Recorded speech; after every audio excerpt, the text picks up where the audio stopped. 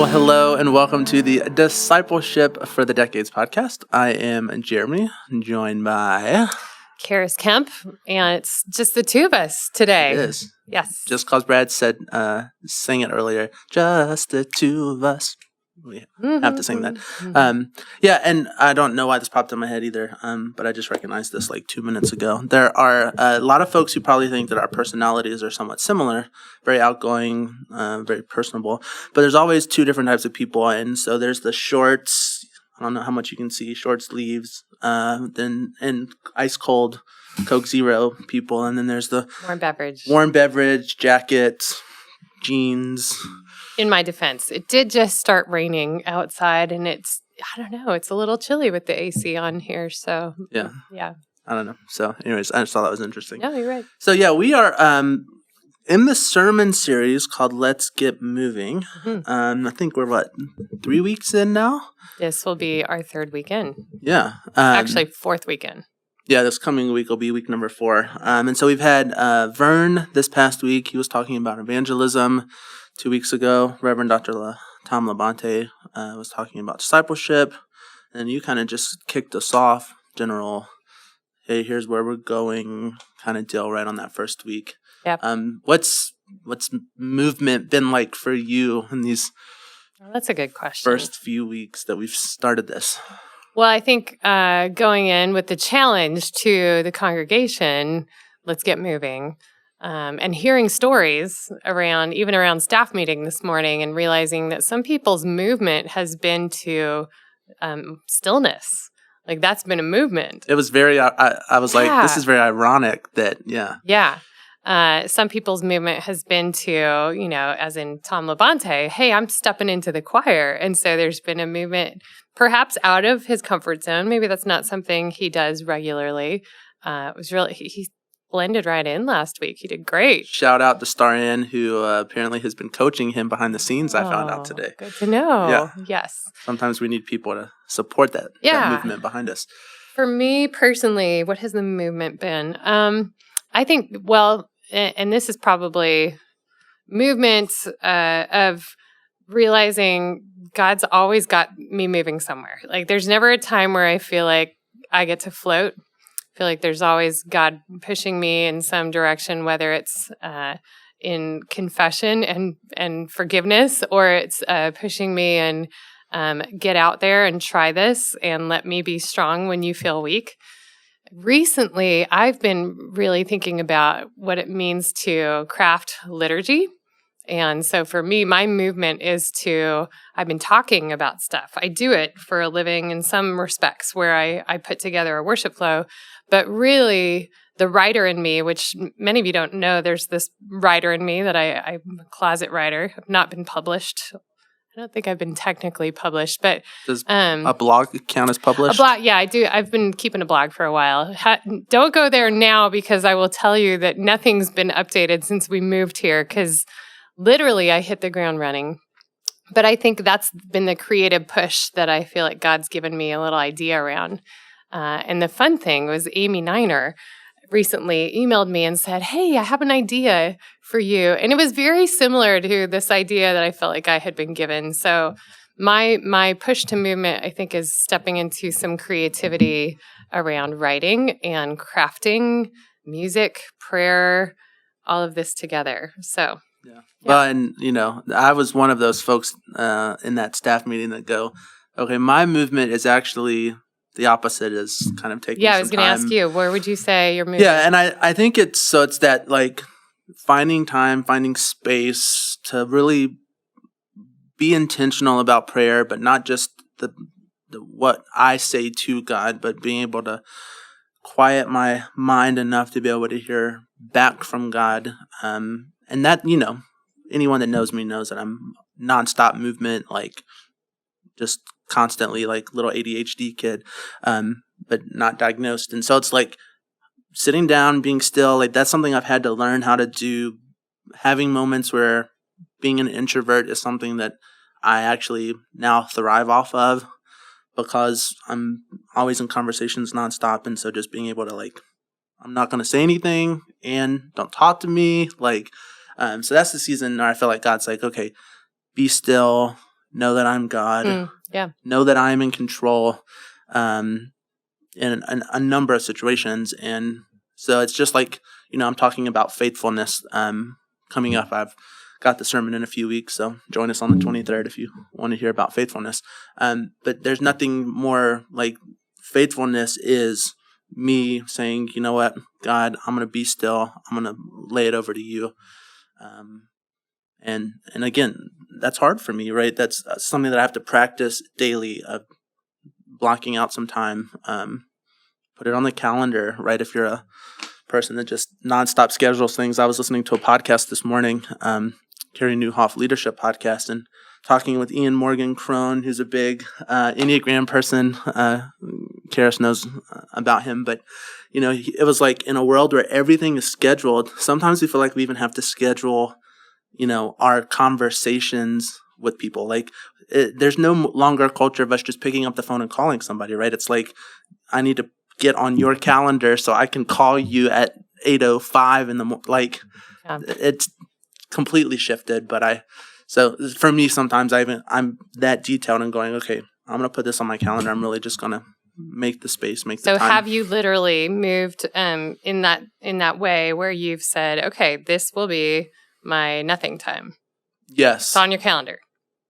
Sometimes it's put there. Other times it's just that I know that that's going to be the time. Typically in the morning, I'm not a morning person. It takes me a while to wake up anyway, so I can just Ann and I are in a morning routine with some of the stuff we have going on, and so I handle some of that stuff, and then I immediately turn to coffee, quiet, Bible, prayer. That's kind of So here's, I think the question is, where have you found sweetness as you've moved into God's rhythms with what he has for you right now? How has that been? Maybe not sweetness, that's assuming, right? There's a moment where you find, oh, this is really life-giving, or maybe it's, oh, this is harder than I thought. And where are you on that spectrum? It is, again, for someone like me, harder than, I would have thought it was that hard. Like, it's no surprise that it's that hard for me. Like, I know who I am. I'm in tune with myself enough to know, like, I don't sit still very well. Quiet's not something, like, there's always music going on, talking, TV in the background. Like, there's always something. But I do think it has been sweet to, it is kind of introspective, right? It's kind of like a little bit of a almost meditative type practice, right? And I find when I do those kinds of things, when I'm still like in that kind of meditative mindset, that there seems to be less stress, less anxiety.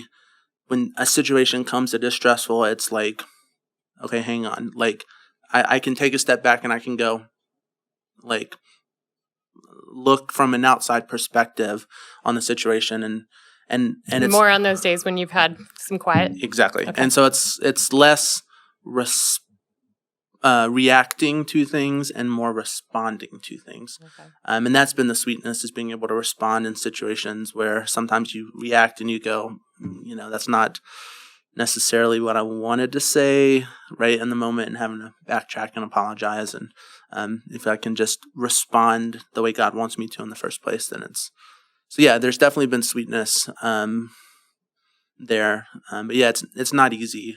And I think that's, like, to me, that's sort of what this podcast is about, right? Some things we overcomplicate. Some things are very complicated, right? And we might, depending on where we find ourselves on that spectrum. Is there something right now in your life that is providing some of that sweetness, some of that?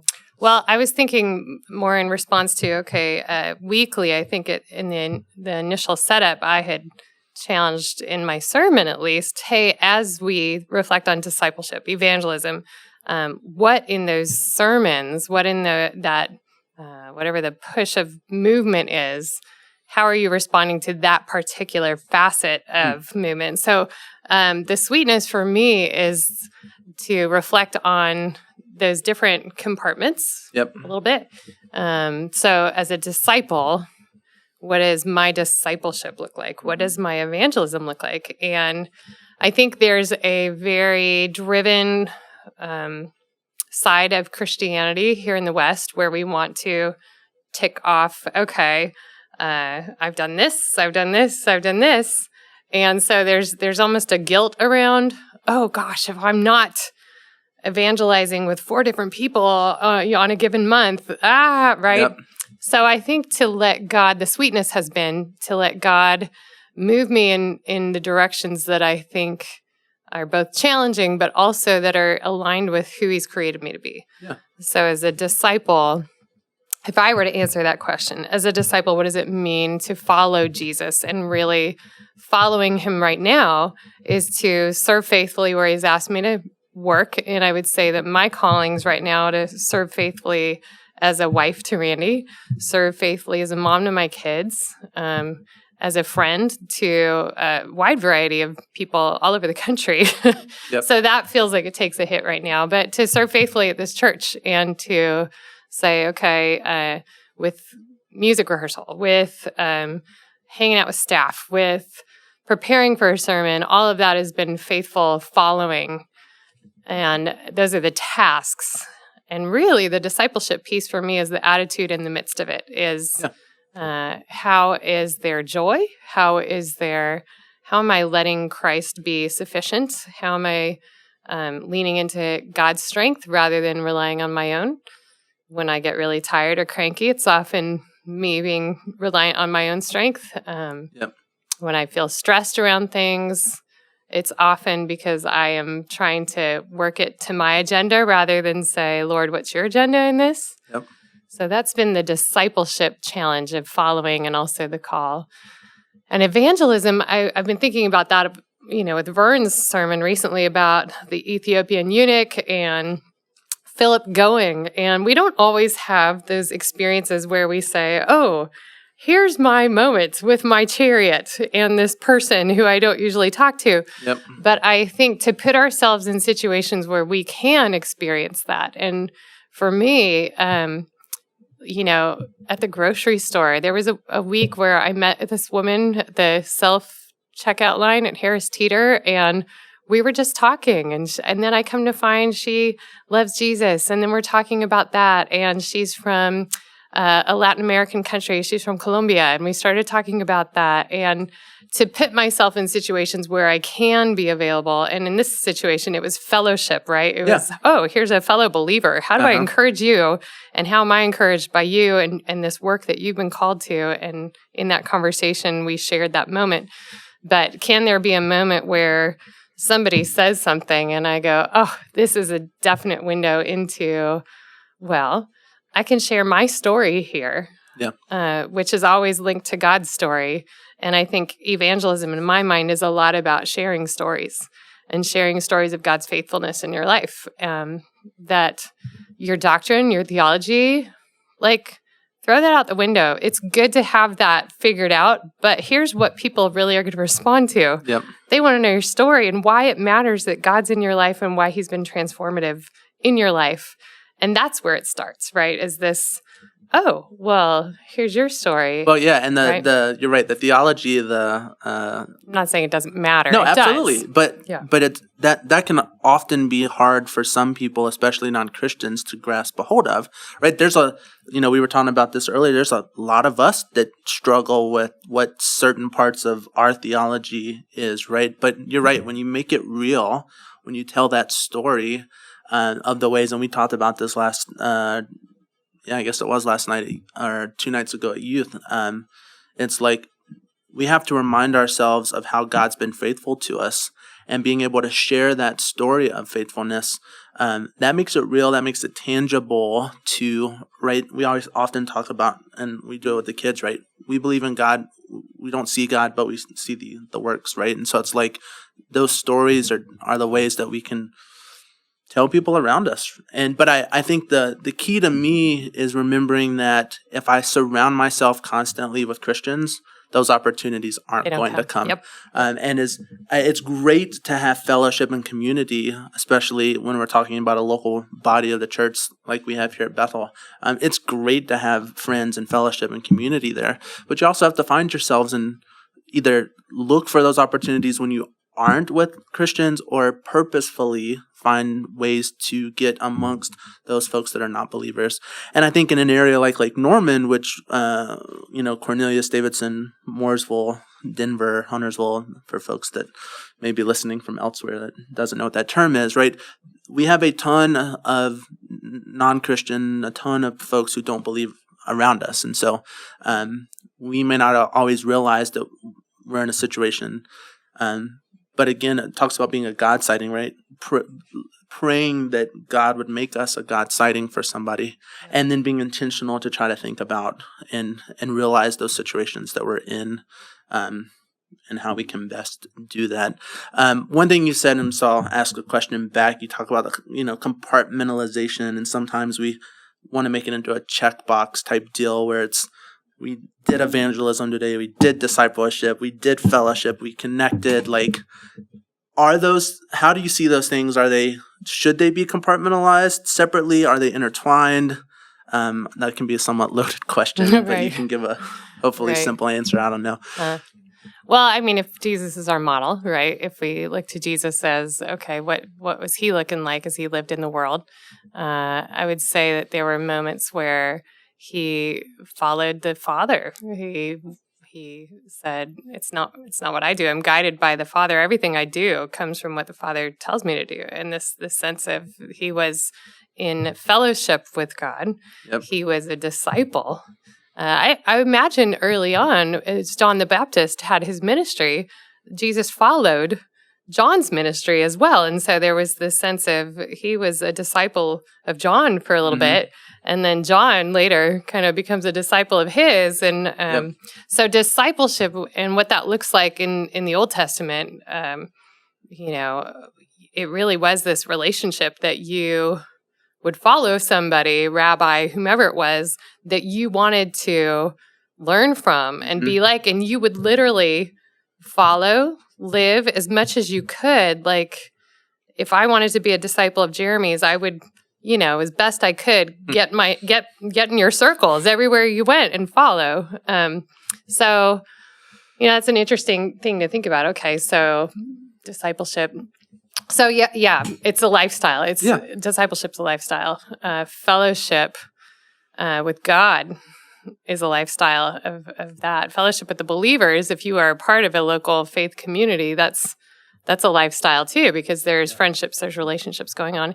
Evangelism was something that Jesus did along the way with a Samaritan woman, with the Roman centurion there, right? He has so many stories of where he crossed the bridges of, wait a second, you're going outside the circle of acceptable company and you are stepping beyond. So I think it's less of us taking an agenda and us saying, in my fellowship with the Lord, as I follow Jesus, as I step outside of my normal circle and God gives me an opportunity to talk with somebody, I think the first thing that we see about Jesus is there was this deep understanding of their needs, what their story was. You think of the woman at the well that he spoke to, and he knew about all the husbands. Yes. He knew her story. We don't have that secret superpower, whatever it was that Jesus had. Maybe he was just a very intuitive person. I don't know, but we don't have that with every situation. So evangelism, in my mind, as you said, getting outside what is typical and normal and taking Jesus there and seeing what the Lord does, because it's his work, it's his story. We're just kind of along for the ride and say, okay, Lord, look at this conversation you're opening up for me. Sure, I'm going to share about, hey, I had that struggle too, and here's what brought me hope. So I'm not somebody to compartmentalize, but I do think the differences between evangelism and discipleship are, evangelism is one where you really do go, as Vern pointed out. It's the geo. Well, and I think, for me, if I find myself in situations where I'm in my comfort zone a lot of times, I feel like I'm not doing things like evangelism and true discipleship well, right? I think some of these, we get so comfortable as Christians in a routine, right? And I think God really wants to take us out of our bubble. Like Vern said, the first two words of God is Geo, right? Go. And so I do think you're gonna find yourself in uncomfortable situations. You have to figure out how you can push yourself into those situations that that you're in the back of your minds, it's going to be going, whoa, don't go there. But God's like, no, I want you to go there, and I'm going to use you because you go there. And sometimes that's part of the amazingness of it, of, okay, I took a step and I was totally blown away by the blessing of this moment, or I was blown away by what God did here that I got to see because I stepped. And I thought it was this courageous thing that I did, but God had this beautiful thing in mind. So as you go, like Philip, the Ethiopian was prepared. He was hungry. Yep. All Philip had to do is hop in the chariot and say, well, let me help you figure this out. Mm-hmm. God did it. Yeah. Philip got to go, wow, look what you had set up here. Look what you had prepared. All I had to do was say, oh, I can help you with that. You want to be baptized? I can help you with that. And I think those are the things where it's really not about us being martyrs, but about us going, God wants us to understand how abundant and amazing his story is. And that's what partnership with Christ is the idea of going, oh, as I see what you're doing, man, it's awesome to see it. And it's pointing it out and going, wow, look what you did. And it's usually not about us anyway. Oh, absolutely. And I think what comes to mind is, walking on water, right? And that there's a book by John Ortberg. If you want to walk on water, you have to get out of the boat, right? They could maybe see Jesus walking on water. It was going to be hard to experience what all was going on there. And so, but yeah, Peter had to step out of the boat to walk on the water, to really experience what Christ wanted for him in that particular moment. And I think it's the same way. We have to be willing to take a step out to walk alongside where God is calling us and where Christ is willing to use us, especially in an area like this, like I said, that's got so many opportunities to do so. And I'll answer this question first, give you time to think. What is evangelism currently looking like for you now? I know you talked a little bit about the grocery store, but put a little bit more framework. I find myself, and I didn't do this on purpose, although it's going to seem like I did, this T-shirt that says I am. This is just one of the ways that I find myself. We're striving to be a better with evangelism. This is a company that my father-in-law, Ann's dad, is working with, and it's just, the model or the mission statement is to make God's name known throughout the world. And so this I am, right? I routinely get people coming up to me and they'll make jokes like, here I am is on some of it, and they'll go, here you are? And I'm like, well, no, it's not here I am, but let me tell you a little bit about what this T-shirt means. And so it opens the door. There's scripture on the back of the shirt. It's like, that to me has been super easy of a way to go, just to use something simple like a T-shirt. But yeah, I do have to intentionally. Have you had people say, I am what? Yes. Absolutely. Okay. Yeah. It's like the raised eyebrow. Mm-hmm. Yeah. All the time, which is great, right? That's what it's meant to do. So that's just one simple way. But yeah, I'm intentionally putting myself in situations where I'm not surrounded by, I play softball on Fridays, right? Mm-hmm. It's pretty clear that not a lot of those guys go to church. Some, a good bit do, but there are some that aren't. And so how I live my life out on that field, and then the prayer that we do after the game gets over with, by the pitcher's mound, that all helps open the door for a potential conversation to come and go, hey, here's the good news. Here's what's radically changed my life. And so, yeah, I would say the best circle for me has lately been the dog park. Honestly, I go to the dog park and there's people who have dogs, and we're all hanging around with our dogs and hearing each other's stories. Hey, what do you do? why'd you move here? That just opens the door to, oh, well, I took a job at a church. And so naturally there's a conversation that either people are really shut down by or they are. A lot of you intrigued. Probably don't have that same luxury that the two of us are afforded. Right. But right, yes. That's true. But for me, the other fun thing is I can think of different discussions that have happened at the dog park with different people, conversations about their involvement in their local community and their church and what that looks like. I had a great conversation with a Jewish woman who was telling me about community involvement and suggesting all these different facets that I could get involved with. So find those places, whatever it be. Wear your T-shirt. Go to the dog park. Yep. Whatever that area where you can be out of your comfort zone, getting to know people and hearing their story. Yeah. So, well, our time often eludes us. I mean, we could talk forever. We try to keep it to a relatively short podcast so folks can listen all the way through. So, just a little bit again about the discipleship and evangelism that we've been talking about the last 2 weeks. So we're just glad that you guys join us each and every time we put one out, and reach out with any questions that you might have. Comment if something strikes you and you want to further do it, whether you're in the YouTube channel or if you're listening on one of the podcast apps, just write a comment. Where are you moving? Where are you going? Absolutely. Yeah. Let us know, and we will see you next time for the Discipleship for the Decades podcast. Bye now. Bye.